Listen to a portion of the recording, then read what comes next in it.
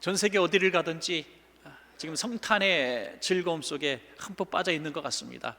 우리가 많은 성탄의 장식품들을 보는데 특별히 예수님이 탄생하신 그 마국간을 이렇게 조형물로 만들어 놓은 곳이든지 그림이든지 이런 것들을 많이 보셨을 겁니다. 그러면은 여지없이 등장하는 인물들이 있죠. 아기 예수님이 누워 계시고 요셉과 마리아가 서 있고, 그리고 주변에 누가 있습니까? 동방 박사들, 그리고 들에서 양을 치는 이 목동들이 그곳에 꼭 이렇게 그려져 있거나 만들어져 있습니다. 빠질 수가 없는 겁니다.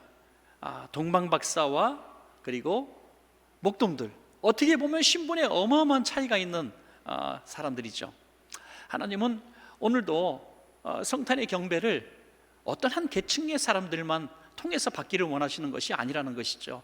빈부 귀천을 떠나서 신분이 높고 낮고, 또 부자든지 가난한 사람이든지 건강한 사람이든지 병약한 사람이든지 어떤 종족이든지 상관없이 하나님은 동일하게 인류를 위해서 오셨기 때문에 경배받으시기에 합당한 분이신 줄로 믿습니다. 그런데 성경에서 보면 가장 먼저 예수님을 찾아 경배한 사람들은 동방박사들인 것으로 이렇게 알 수 있습니다. 멀리서 별을 연구하던 학자들이죠. 메소포타미아라고 하지만 오늘 이라크라고 하는 사람도 있고 이란이라고 하는 사람도 있습니다. 이란과 이라크가 막 바짝 붙어 있으니까 금방이겠죠. 그곳에서 적어도 정말 몇백 킬로 떨어진 그곳에서 이 아기 예수님을 경배하러 온 것입니다. 그 별이, 예수님의 탄생별이 왕의 별이었기 때문에 왕을 찾아 경배하러 온 것이죠. 그러나 목동들은 예수님 탄생한 이후에 천사들을 통해서 초청하신 것이죠. 그들은 깨닫지 못했지만 초청받았습니다. 그래서 스스로 예수님의 탄생을 알고, 왕의 탄생을 알고 직접 찾아온 사람들은 동방박사들밖에 없습니다. 그 먼 길을 왔는데 이 동방박사들에게 있어서 큰 치명적인 실수가 있었습니다. 그것은 이 왕의 별이었기 때문에 당연히 왕자가 태어났는 줄로 알았다는 것이죠. 그들의 상식과 경험에 의해서 왕궁에서 태어난 왕자를 만나러 간 것입니다. 그래서 아주 귀한 선물을 준비해가지고 황금과 유황과 모략, 왕자에게 드리기에 합당한 최선을 다해 선물을 준비해 갔습니다. 근데 왕궁에 가니까 어떤 일이 벌어집니까? 헤로드 왕이 너무나 놀란 것이죠. 아니, 왕자가 태어나지 않았는데 나를 이을 왕이 태어났다고? 이거는 반역자다, 반란군이다 라고 생각하게 되어서 이 사건 이후로 2살 이하의 아기들, 베들레헴 인근방에 있는 2살 이하의 아기들은 학살을 하는 끔찍한 일이 벌어지죠. 동방박사들의 작은 실수가 그 베들레헴 지역에 피바다를 만들어 놓은 것이죠. 하나님을 경배한다고 하는 그 경배가 우리의 주관적인 경배가 되면, 이기심의 경배가 되면 이렇게 큰 후환이 있게 되는 것이죠. 그래서 우리의 경배도 하나님이 기뻐하시는 경배가 되어야 되지, 또 성탄의 축하가 되어야 되지, 내가 이렇게 하면 하나님이 기뻐하시겠다라고 내 주관적으로 생각해서는 안 된다고 하는 것이죠. 그들은 이제 왕궁을 나와서 어디로 갑니까? 베들레헴을 향해서 가게 되죠. 예언에 있는 그 말씀대로 베들레헴으로 향해 가다가 이 탄생별을 다시 만나게 되었고, 마국간에서 말 구유에 누이신 예수님을 드디어 만나게 됩니다. 이제 왕을 경배하러 딱 들어가서 보니까 너무나 초라하지 않습니까? 왕궁에서 왕자로 태어나실 줄로 기대했던 그들을 완전히 정말 요즘 말로 멘붕에 빠지게 만들었던 것이죠. 너무나 냄새나고 초라하고 누울 곳이 없어서 말구에 누워 계시는 그 아기 예수님을 바라볼 때에, 야, 이거 우리가 생각했던 왕이 아니야, 우리가 생각했던 왕자가 아니야 라고 했지만, 그들은 두 번째 실수는 하지 않습니다. 첫 번째 실수로 인하여 너무나 많은 핏값을 흘렸던 것처럼 두 번째는 실수하지 않고 그 아기 예수님께 그 동방박사들이 무릎을 꿇고 머리 숙여 경배를 하고 자기들이 가져온 그 선물들을 다 바치는 이런 모습을 보게 됩니다. 여기서 우리는 무엇을 깨닫게 됩니까? 우리가 생각하는 만왕의 왕으로 오신 그 예수님의 모습이 아니라 너무나 낮고 낮은 땅에 오신 예수님의 모습을 보고 우리는 충격에 빠질 수밖에 없다는 것입니다. 상식과 경험, 우리의 바램, 이런 모든 것들을 한순간에 무너뜨리는 이 장면이 바로 말구 위에 놓여 계시는 예수님의 모습입니다. 오늘 이 시간에도 수많은 사람들이, 주님을 안다고 하는 사람들이 예수님을 왕궁에서 태어나셨으면 하고 바라는 사람이 있다면, 이건 예수님 평생가에 만날 수 없는 사람입니다. 예수님은 낮은 곳에 말구 위에 탄생하신 주님이십니다, 여러분. 그러므로 오늘 저와 여러분이 생각할 것은 예수님은 낮은 곳에 가야 만날 수 있다는 것입니다, 여러분. 왕궁에서 만날 수 있는, 귀족의 집에서 만날 수 있는, 아주 부유한 집에서 만날 수 있는 예수님을 기대하지 말고 점점 더 낮은 곳으로 내려갈수록 우리 예수님 계신 곳으로 도달하게 될 줄로 그렇게 믿습니다, 여러분. 자, 그래서 오늘 말씀의 제목이 뭡니까? 더 낮아지신 예수님. 더 낮아지신 예수님. 저는 이렇게 말씀 제목을 삼고 싶었어요. 사실은 점점 더 낮아지신 예수님. 태어나실 때도 이렇게 극적으로 낮아지신 예수님으로 나셨지만 그의 공생의 삶을 보면 점점점 더 낮아지신 예수님을 보게 되는 것이죠. 그래서 첫 번째 더 낮아지신 예수님의 모습은 사람의 아들로 오신 예수님이다 하는 거죠. 사람의 모습, 하나님의 아들이 사람의 몸, 육신을 입고 오신 자체가 낮아지신 예수님. 그것도 부잣집 명문가가 아니라 가난한 목수의 아들로 태어나시고, 그것도 강한 민족이 아니라, 정복 민족이 아니라, 로마의 자녀가 아니라 식민지 유대인의 자녀로 태어나셨다고. 여러분, 여러 가지 모습 속에서 우리가 생각하고 기대하는 예수님의 모습이 전혀 아니지 않습니까?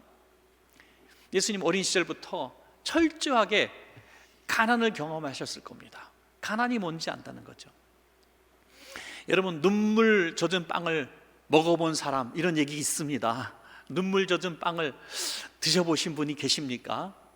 무슨 의미인지는 잘 아실 거예요.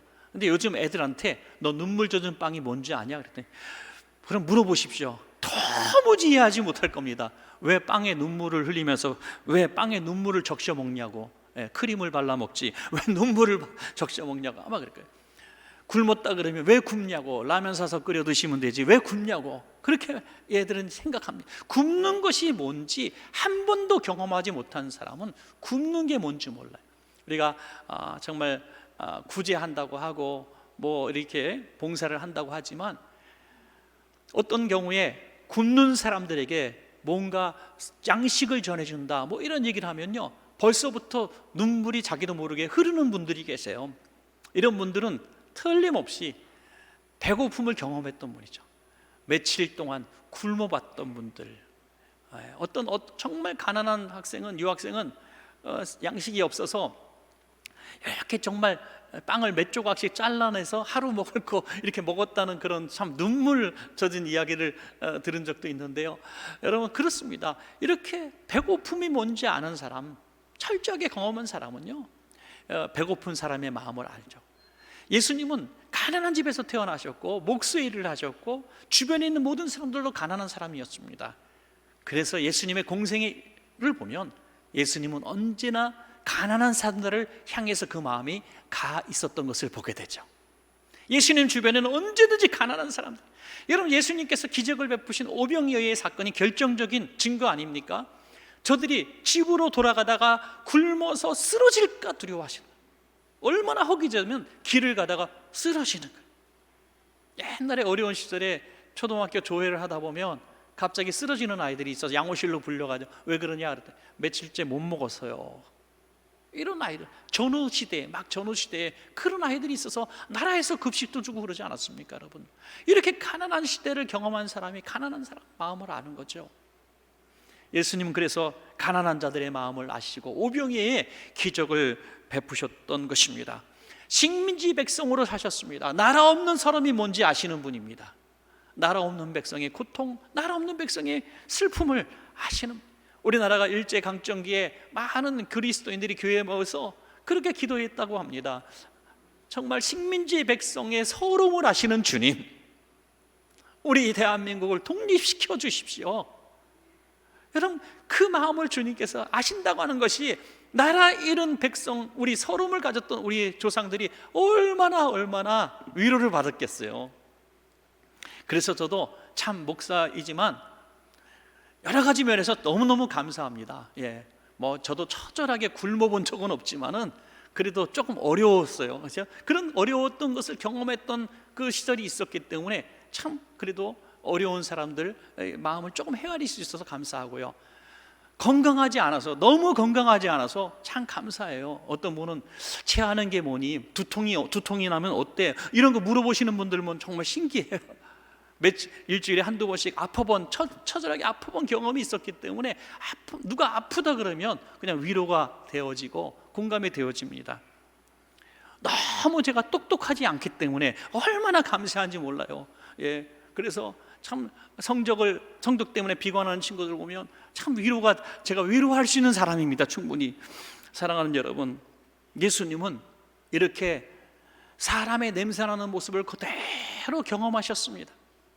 가난한 목수의 아들, 나라 잃은 식민지 백성의 마음, 너무나 처절하고 고통받는 밑바닥 인생들이 무엇인지 충분히 경험하신 분이시죠. 그래서 우리 사람의 아들로 낮아지신 그 예수님이 오셨기 때문에 오늘 이 시대에 살아가는 모든 낮은 자들이 주님으로부터 위로를 받게 되는 줄로 믿습니다. 여러분, 사실 우리도 예수님 만날 때 보면 바로 그럴 때 예수님 만나지 않았습니까? 육신적으로 병약했을 때, 경제적으로 너무나 낮아졌을 때, 신분이 땅바닥에 확 떨어졌고 명예고 뭐고 다 잃어버리고 너무나 부끄럽고 수치로웠을 때, 그때 예수님밖에 없습니다 하지 않았습니까? 만약에 예수님이 이런 경험을 하신 분이 아니라면 우리는 그런 상황 가운데서 예수님은 내 마음 모르실 거야 라고 말하지 않겠습니까? 그럼 예수님은 모든 인생의 아픔을, 밑바닥의 아픔을 다 경험하셨기 때문에 모든 낮은 자들에게 위로가 되시는 주님이시라는 것이죠. 여러분, 예수님께서 탄생하실 때, 사람의 아들로 탄생하실 때에도 정말 예언에 따라서 그대로 순종하는 모습을 보게 돼요. 당시 황제 아구스토가 호적령을 내립니다. 모든 식민지 백성들에게 자기 고향으로 돌아가라고 말합니다. 요즘처럼 호적권 조사를 하는 게 아니기 때문에 다 고향으로 돌아가면 동시에 그 고향에서 호적을 합니다. 그래서 마리아와 요셉은 그 먼 거리, 적어도 100km가 넘는 그 베들레헴까지, 나사렛에서 베들레헴까지 만삭의 몸으로 가게 되는 겁니다. 여러분, 만삭의 몸으로 100km 넘는 거리를 간다고 하는 거 얼마나 힘들었겠습니까? 가면서 투덜투덜거릴 수도 있었습니다. 하나님 분명히 천사를 통해서 하나님의 아들 구세주를 잉태케 하셨다고 말씀하셔서 제가 그것을 믿지만 왜 이렇게 고생을 시키십니까? 뱃속에 예수님을 위해서라도 좀 편안하게 집에서 나왔으면 얼마나 좋겠습니까? 라고 투덜거렸는지도 몰라요.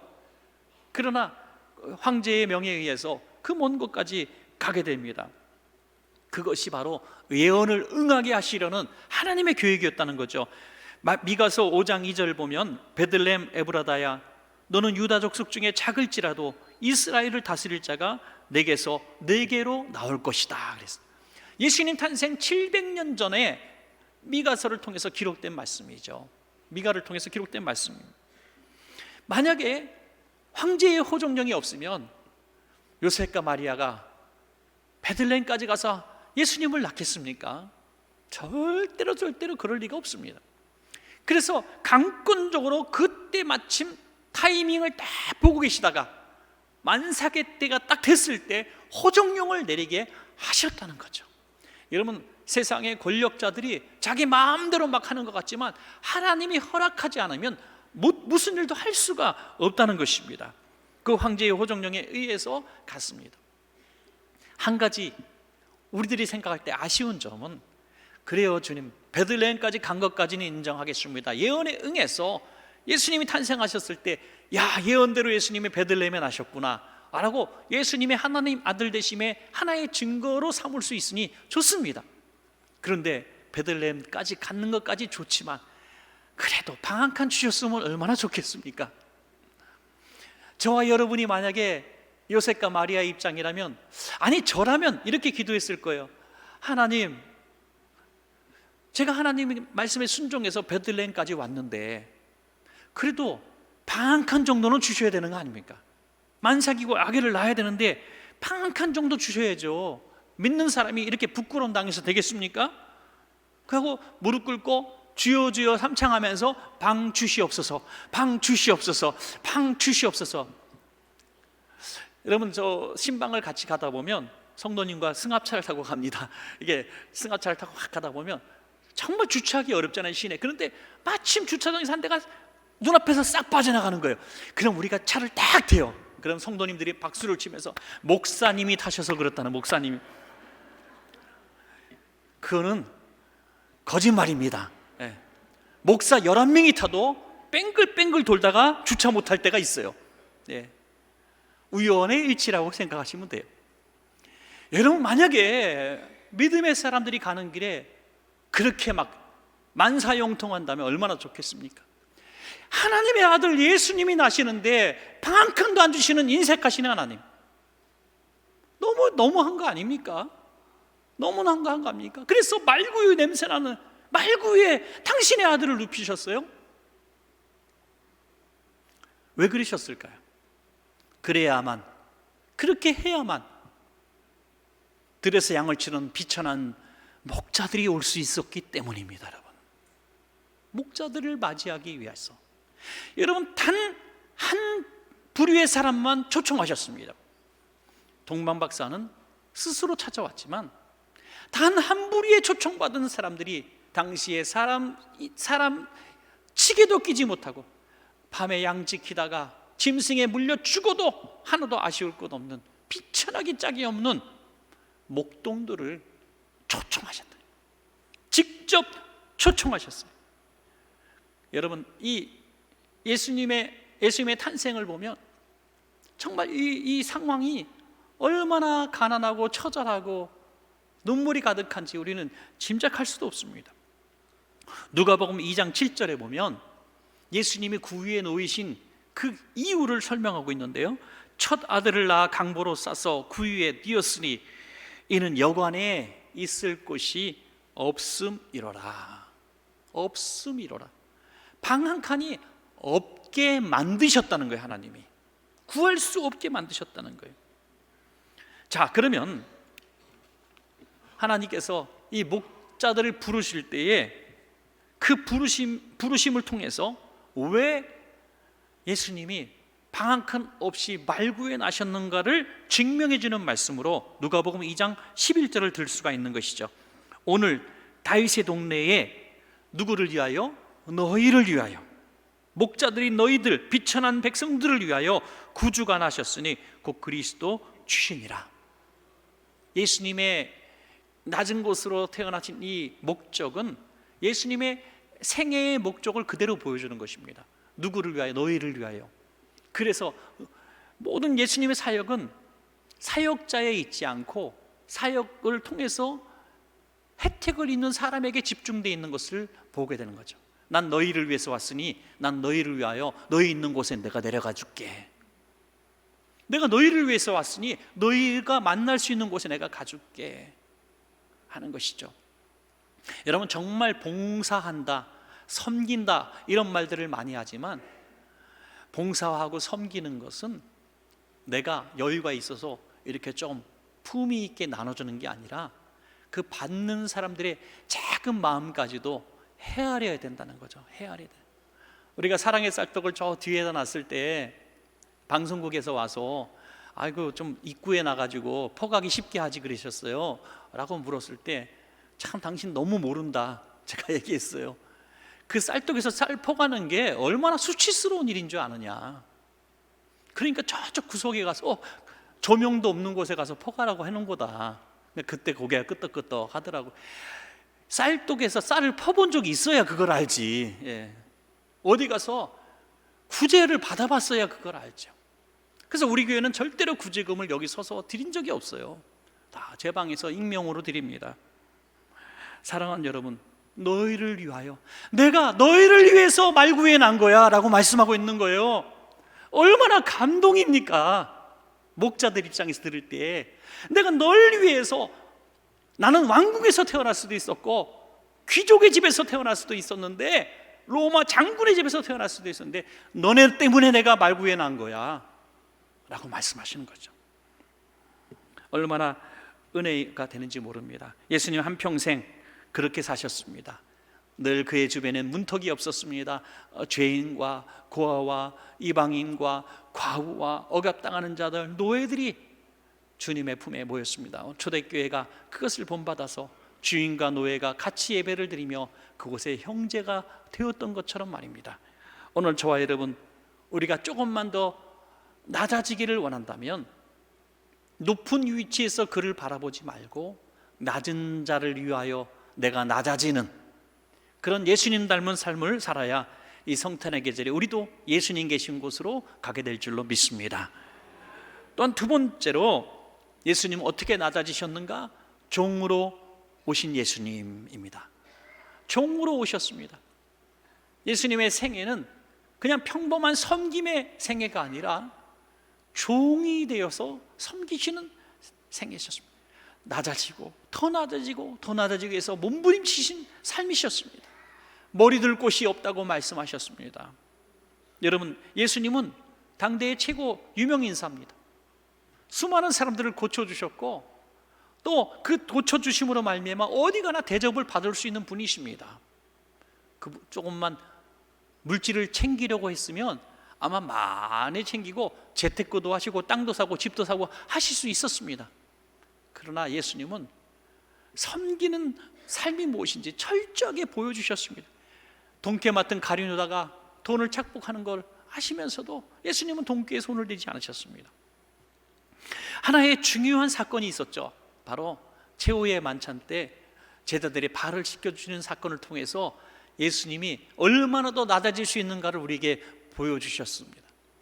오늘날도 상식입니다. 높은 자가 낮은 자를 부리고 낮은 자는 높은 자를 섬기고 복종하는 것이 조직이고 사회 체계고 그거 상식입니다. 그런데 예수님은 제자들의 발을 씻겨주시면서 이렇게 말씀하시죠. 요한복음 13장 14절에 내가 주와 또는 선생이 되어 너희 발을 씻었으니 너희도 서로 발을 씻어주는 것이 옳으니라 라는 것입니다. 여러분, 이 예수님의 최후의 만찬 때 성만찬은 제정하셨다라고. 제정이 뭡니까? 너희가 모일 때마다 이것을 행하여 나를 기념하라 하셨습니다. 그런데 세족식은 제정하지는 않으셨습니다. 만약에 세족식도 제정하셨으면 너희가 모일 때마다 나를 기념하고 서로 발을 씻어줘라. 그래서 성만찬과 세족식은 항상 같이 할 수밖에 없었을 겁니다. 그런데 성만찬은 제정하셨는데 세족식은 제정하지 않으셨어요. 왜 그러셨을까요? 왜 그러셨을까요? 이것은 일상의 삶 가운데 날마다 해야 되는 것이죠. 날마다 해야 되는 것입니다. 이것은 법이 아니라 규칙이 아니라 우리의 삶이어야 된다. 그렇게 말씀하신 것입니다. 왜 이 세족식을 행하셨을까요? 우린 그 상황을 봐야 됩니다. 그 상황은 예수님이 막 이제 입성하시고 모든 백성들로부터 왕으로 추대받으려는, 강제로 추대받으려는 바로 직전에 놓인 그 상황입니다. 제자들은 한껏 흥분해 있었습니다. 이야, 예수님이 드디어 메시아로서 그 위치를 차지하는구나, 왕이 되시려는구나, 독립을 하게 됐구나. 예수님은 능력이 많으시고 풍랑을 잔잔케 하시고 막 오병이 기적을 베푸시고 능력이 많으시니 그깟 로마 군대 다 몰아내시고 왕이 되시면 나는 오른편 너는 왼편, 장관 한 자씩, 우리는 이제 출세, 고생 끝 출세, 3년 동안 예수님 따라다니기 참 잘했다, 이렇게 생각하고 있었을 때입니다. 그래서 서로 눈치 경쟁하고 있었어요. 예수님 앞에 누가 1등이냐 2번이냐 지금 겨루고 있었습니다. 서로 그러니 약점을 잡아내는 이런 상황 가운데 있었습니다. 당시에 유대 땅은 얼마나 척박한 땅인지 방에 들어갈 때마다, 실내에 들어갈 때마다 발을 씻어야 됐어요. 그래서 발 씻는 물, 손 씻는 물이 밖에 문 앞에 늘 있었습니다. 더구나 식사를 하려고 한다면 발을 닦아야 되겠죠. 손 닦아야 되겠죠. 그런데 필요한 것이지만 아무도 서로의 발을 닦아주려고 하지 않았습니다. 당연한 거 아니겠어요? 당시에는 발을 닦아주는 노예가 있었습니다. 따로 발을 닦아주는 노예는 노예 중에서도 가장 밑바닥 노예였습니다. 그 노예의 일을 스스로 할 리가 없죠. 내가 더 높아야 되는데, 내가 더 부자가 되어야 되는데 서로의 발을 닦아주겠습니까? 그때 예수님께서 노예처럼 수건을 허리에 동이시고 무릎을 꿇고 앉으셔서 제자들의 더러운 발을 닦아주셨습니다. 예수님은 종으로 낮아지신 것입니다. 여러분, 발을 씻어주는 게 퍼포먼스가 아닙니다. 실제로 종이 되신 것입니다. 총회 자리까지 낮아지신 것입니다. 여러분, 오늘날 왜 사랑의 공동체, 가정과 교회가 흔들립니까? 다 주인 노릇하려고 하기 때문입니다. 주인 노릇하려고 하면 그 모임은, 그 기관은, 그 교회는 흔들릴 수밖에 없습니다. 그곳에서는 절대로 예수님의 향기가 나올 수가 없습니다. 여러분, 우리 원천교회가, 여러분의 가정이 정말 예수님의 향기가 나기를 원하십니까, 여러분? 그러면 다른 사람 기다리지 말고 내가 먼저 예수님처럼 무릎을 꿇고 수건을 동이고 높은 자가 먼저 낮은 자를 향해서 발을 닦아주는 이런 모습을 우리가 보일 수만 있다면 그곳에서 주님을 만날 수 있고 그곳에서 주님의 향기가 나는 그런 집과 교회가 될 줄로 믿습니다. 여러분, 놀라운 것은 하나님 나라에서는 이게 싹 뒤집어진다는 거예요.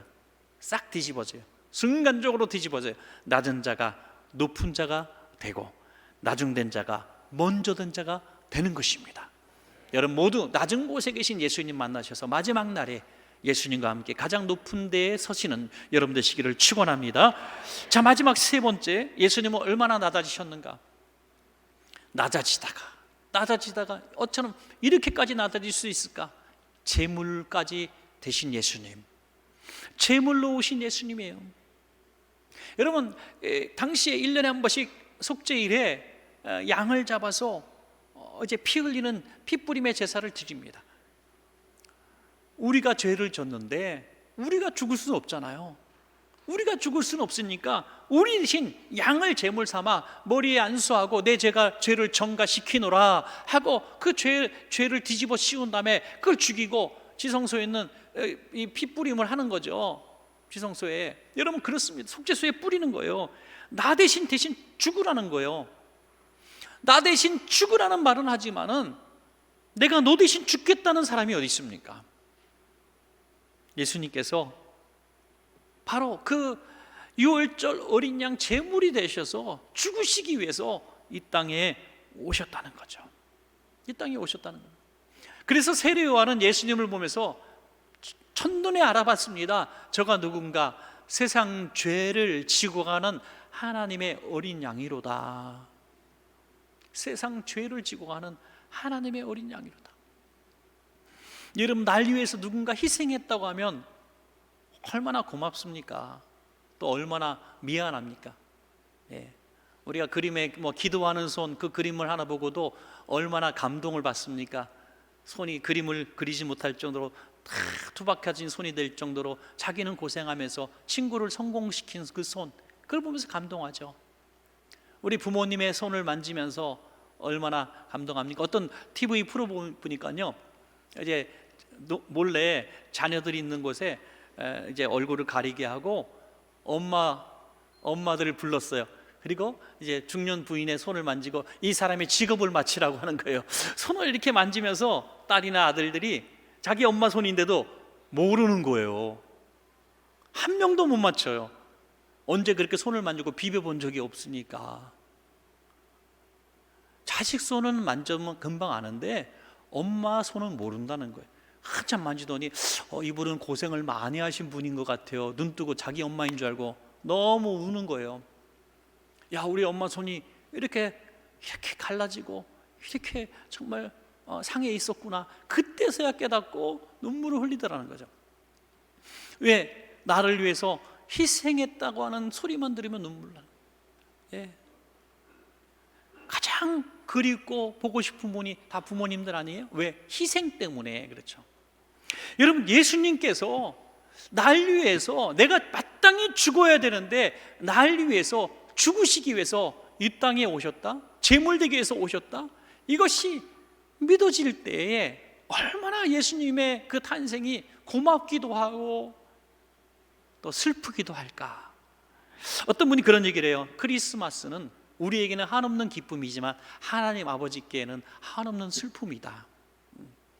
왜? 재물로 이 땅에 보내셨기 때문에. 잘 먹고 잘 살고 정복하고 다스리는 메시아로 사신 것이 아니라 인류 죄 가운데 살고 죄인지도 모르고 살아가는 저와 여러분들을 위해서 대신 죽이기 위해서 보내신 하나님의 아들. 그러니 얼마나 고맙고 감사한가.